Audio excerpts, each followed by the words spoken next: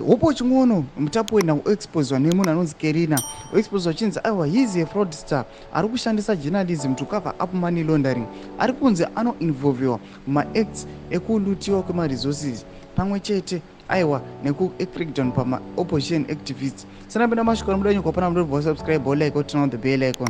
Tipinda muzimu ai munoziva komana aiwa vana Simba Chikanza vanenge vachiexposa vachiti for years upo ching'ono has acclaimed himself as a relentless critic of Zimbabwe's government, a champion of democracy and a staunch defender of human rights.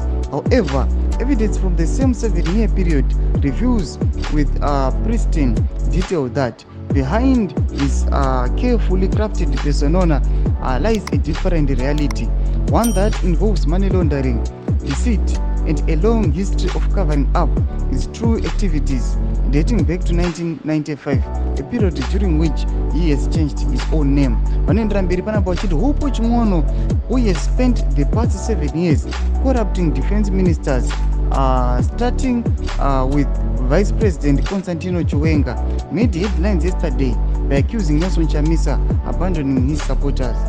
Panapa vanoprovide evidence nemapictures vakomana vezimu ai anoratidza kuti aiwa upo ching'ono ari involved in these activities. Vanobva vanyora pasi vachiti upo ching'ono corrupting the military by telling them to descend on Nelson Chamisa activists to reduce political tension so that he outmarks every newspaper in every government department. Panapa vanobva kupotsa mapictures aya vachiratidza upo ching'ono achikonzeresa crackdown achiti military ngaimise Nelson Chamisa. So munozoti ingobva pasummit upo ching'ono akatanga kuaccusa Nelson Chamisa achiti yes